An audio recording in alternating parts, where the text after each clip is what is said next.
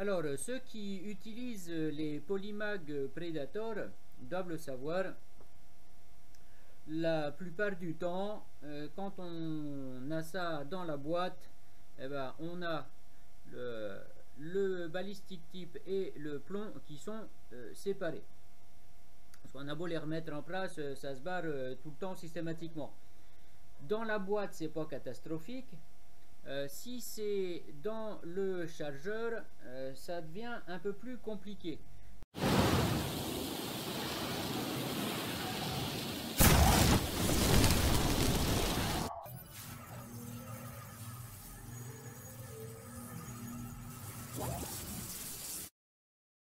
Donc, une chose à faire, bah, tout simplement, on prend notre balistic tip et on va venir lui mettre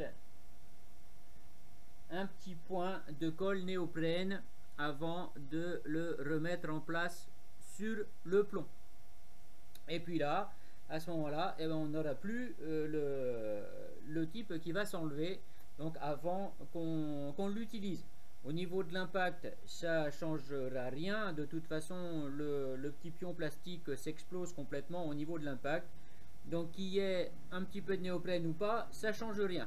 Par contre, lors du stockage et lors de l'utilisation dans l'arme, ça change tout parce que le type qui se barre à l'intérieur du chargeur, ça vous crée un incident de tir.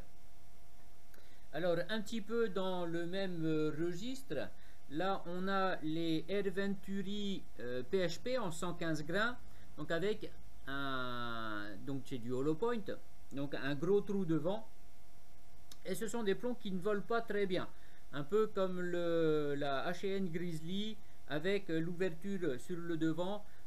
Les coefficients balistiques sont pas terribles. Alors là c'est pareil, on va venir boucher en fait ce trou devant avec un point de colle néoprène. Donc on va faire attention par contre de ne pas en mettre sur les bords. Et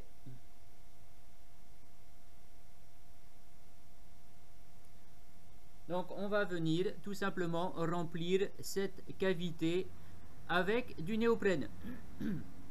Je vous ferai un essai, donc un essai comparatif de précision avec les PHP ouvertes et les PHP fermées avec un petit pion un petit point de colle néoprène.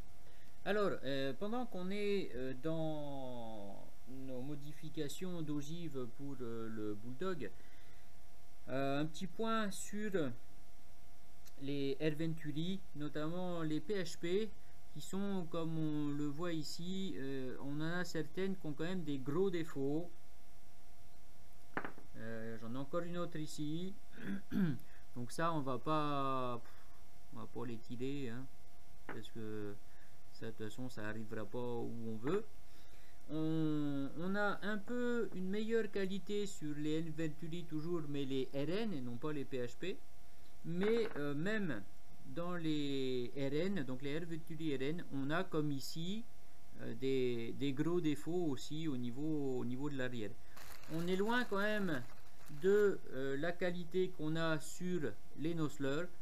Bon, celles-là, c'est vrai qu'elles sont plus chères, mais au moins on sait pourquoi. Quand on les regarde, on a des qualités qui sont très bonnes. Là, sur toutes celles que j'ai, on a absolument aucun défaut. On a la jupe ici derrière, puisqu'elles sont un peu jupées, contrairement aux Air Venturi qui sont plates, brutes de moule, hein, on va dire. Donc les Nosler sont jupés et on a des jupes qui sont claires et propres, et tous les moulages sur les Nosler sont de très belle facture. Donc comparé, voilà, à ça aux Air Venturi, hein, qui sont certes moins chers, mais qui sont pas du tout de la même gamme. Alors, conditions du test, puisqu'on va essayer nos petites modifications sur les Air Venturi PHP. J'ai mon point qui est là, grosseur du petit doigt, et je vais faire donc un premier test à partir de, où ça, ici, donc à partir de 30 mètres. On est en milieu d'après-midi, il fait assez beau, on a un tout petit vent qui va venir de face.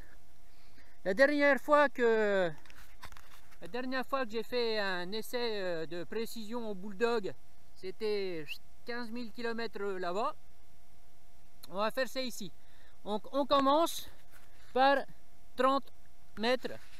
Donc ici, position couchée. Et ma cible, elle est là-bas. Donc je vais faire mes tirs à toutes les mêmes pressions. Donc je vais regonfler systématiquement entre chaque plomb pour qu'on ait exactement les mêmes conditions. Je commence mes tirs avec donc les PHP non modifiés.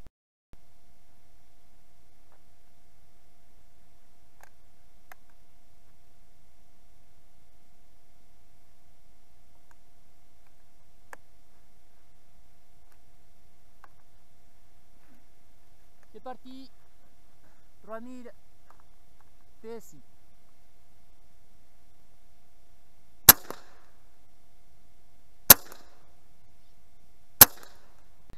Alors, bon, je suis un tout petit peu trop à droite, mais ça, c'est pas le problème, puisque de toute façon, je suis réglé pour d'autres munitions. Je suis réglé pour les Vortex Big Bore Supreme avec lesquels je chasse actuellement. Mais donc, voilà ma dispersion. On a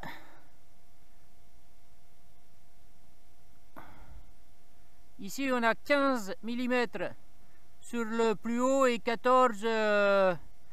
mm sur celui d'en bas.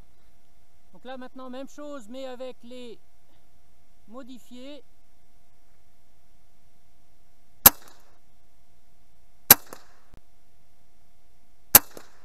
Puis là il est super mauvais.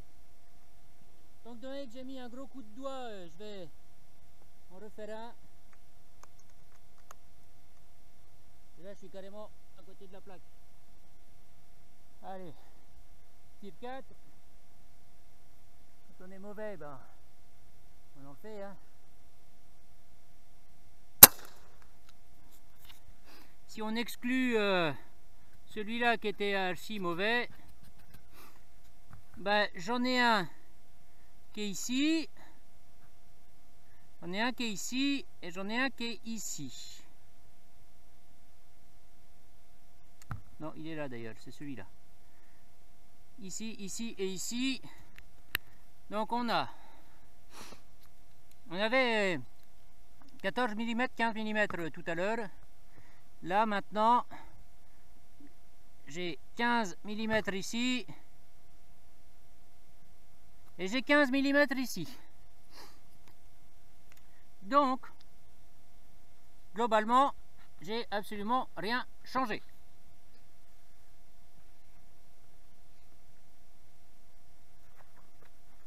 Allez, c'est parti. On va commencer par les non modifiés. Donc là maintenant, j'ai doublé la distance, je suis à 60 mètres.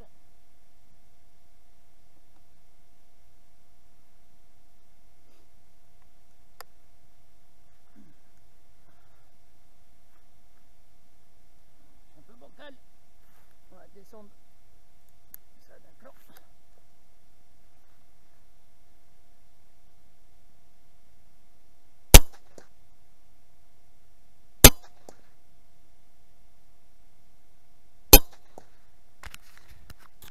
On va voir ça. C'est presque du biathlon ça. Du triathlon, c'est course, pompage et tir. Bon, mon visuel est ici. J'ai un impact là. J'ai deux impacts ici. Donc on est quand même super dispersé. Là, par contre, on est 60 mètres. On voit même pas là-bas, ici, là. Allez, on passe avec les modifiés. Toujours distance de 60 mètres.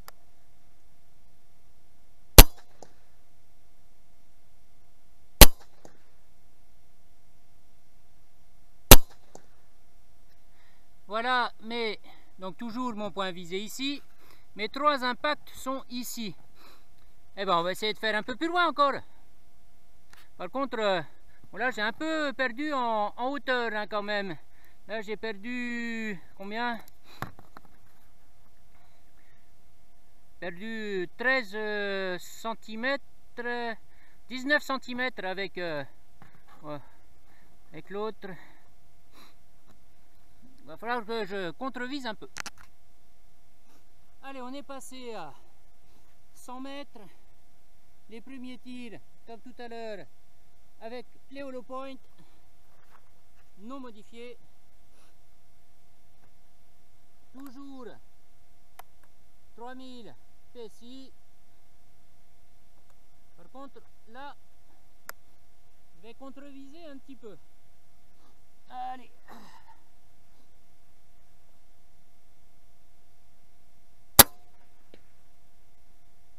C'est que là mon point il est vraiment tout petit.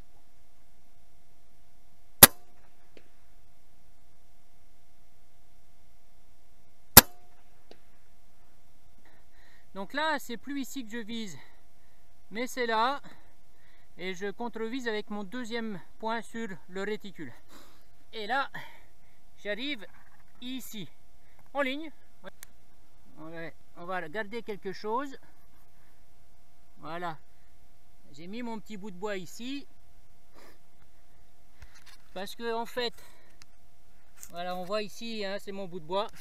Donc ça, c'est un arrière de sèche-linge. Donc on traverse la première couche de métal et la deuxième couche de métal. Donc effectivement, désolé pour ceux qui ont une version bridée, mais moi, il n'est pas bridé là. Allez, tire à 100 mètres avec les modifiés.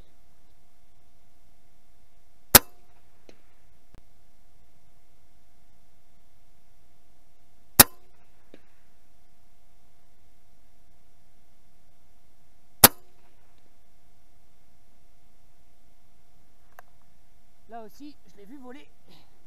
Je l'ai bien vu partir un peu n'importe comment. Donc là, j'ai vu mon plomb qui faisait comme ça une spirale. Alors, c'est bien ce que je craignais, c'est que des plombs, là, j'en ai que 2. Mon troisième, il est parti quelque part par là. Je l'ai entendu taper quelque chose.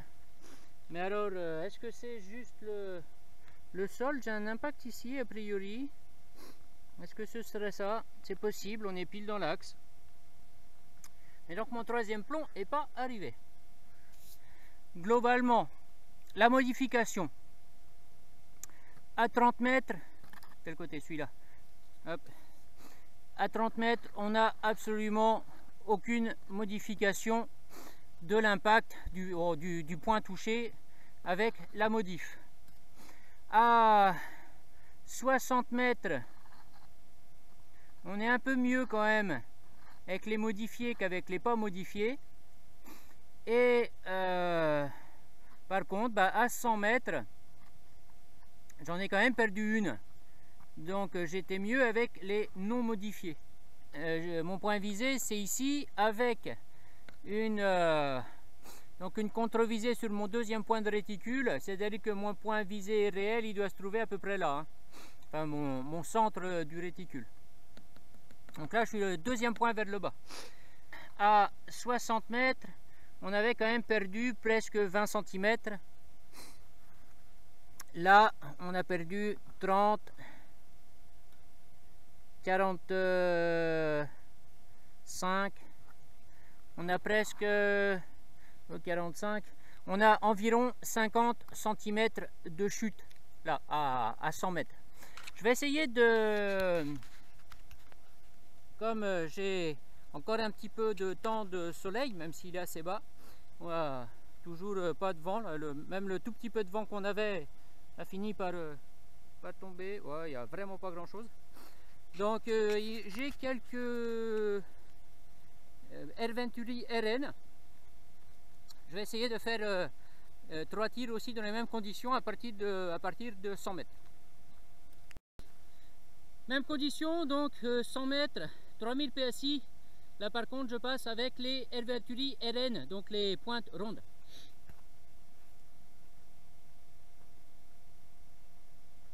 Un peu plus lourd de mémoire. On est à 125 grains, je crois. Je me souviens plus. Allez hop.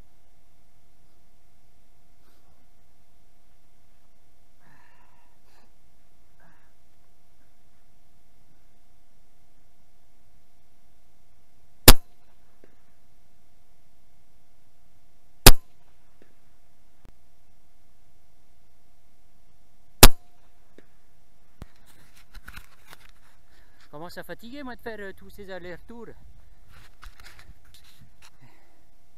C'est là-bas quand même, hein. Bon, toujours mon point visé ici, avec contre-visée de 2 pions sur mon réticule. Là, mes 3 sont ici. Là, il n'y a pas photo.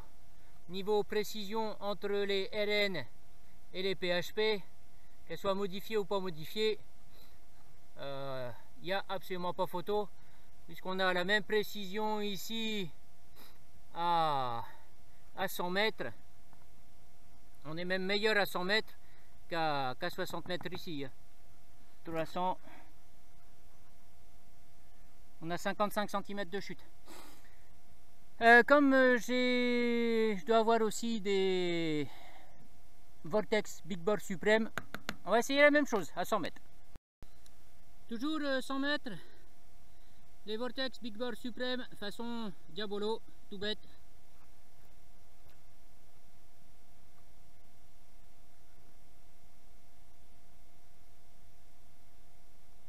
Donc même ça, juste le plomb Diabolo comme ça, sur le castor que je tire à 30 mètres, ça fait le travail, hein. La tête elle est traversée de part en part sans problème. Allez.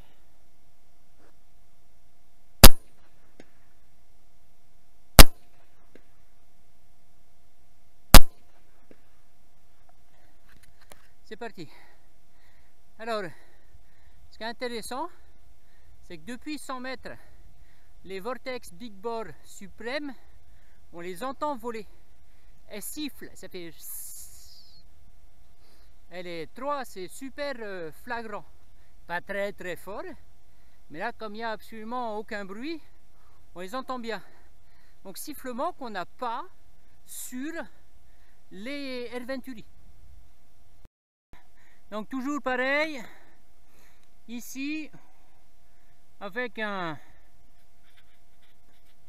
réticule -2,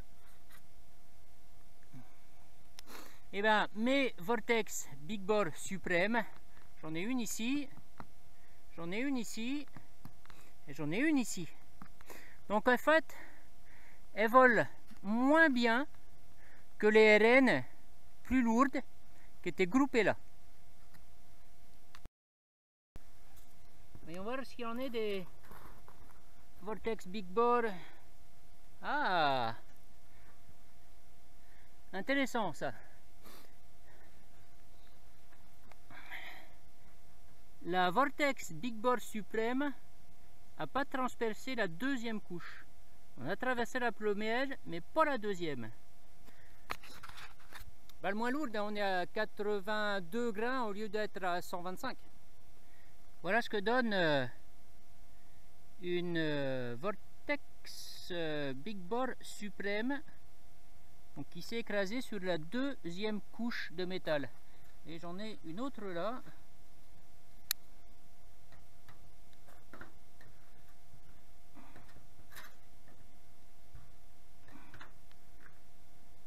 Voilà. une deuxième aussi qui n'a pas traversé la deuxième couche. Alors, bah, tout ça, qu'est-ce que ça m'apprend? Ça m'apprend que de faire ma petite modification à boucher le trou des PHP, en fait, ça m'apporte rien. À 30 mètres, les castors, je les chasse à 30 mètres. Si je veux aller chasser du cochon sauvage, je vais les faire aussi à une trentaine entre 30 et 50 mètres, puisque j'arrive à m'approcher assez proche. Donc, que ce soit avec la cavité bouchée ou avec la cavité qui est ouverte sur le devant, mon vol change pas du tout, sauf que j'en ai quand même une que j'ai vu voler complètement de travers avec la cavité bouchée et qui n'est pas du tout arrivée au bon endroit. Et comme je l'ai vu voler en spirale, c'était pas un coup de doigt. Donc ça ne me sert à rien de boucher ça. Qu'est-ce que j'ai appris d'autre? Ben, que les RN, donc les Air Venturi RN, font un très bon groupement à 100 mètres. Donc j'ai appris aussi que les Vortex Big Bore Supreme, qui sont beaucoup plus légères, elles font 81 ou 82 grains. En fait, on a un vol, on a une courbe qui est quasi identique aux RN, qui sont beaucoup plus lourdes. Donc à 3000 PSI, donc peut-être qu'à des puissances, on va dire, inférieures, on n'aurait pas les mêmes courbes, mais là, à 3000 PSI, que ce soit mes Vortex Big Bore Supreme ou les Air Venturi RN en 125 grains, ben on a des vols qui sont quasi identiques, sauf qu'à l'impact, eh ben, la 125 grains, elle défonce les deux tôles, alors que la 81 grains, elle en passe qu'une. N'ayant plus de H&N Grizzly, j'ai pas essayé la modif dessus. Il aurait peut-être fallu que j'essaye pour voir ce que ça donne, parce que les H&N Grizzly étaient quand même les moins précises du lot. J'essaierai la saison prochaine, je vais m'en ramener et puis je réessayerai ça. Mais en tout cas, je ne vais pas continuer à faire la modif sur les Air Venturi PHP, puisque ça sert à rien, ça m'apporte rien à part du temps que je passe à ça. Il vaut mieux que je trie réellement mes balles et que je mette toutes celles qui sont déformées de côté et puis que ça s'arrête à ça. Voilà, bon, et ben c'est peut-être temps de mettre un terme à cette petite vidéo. Regardez, le soleil est super bas, donc bientôt je vais plus rien voir. Et puis je vous dis à bientôt pour de nouvelles aventures. Allez, ciao.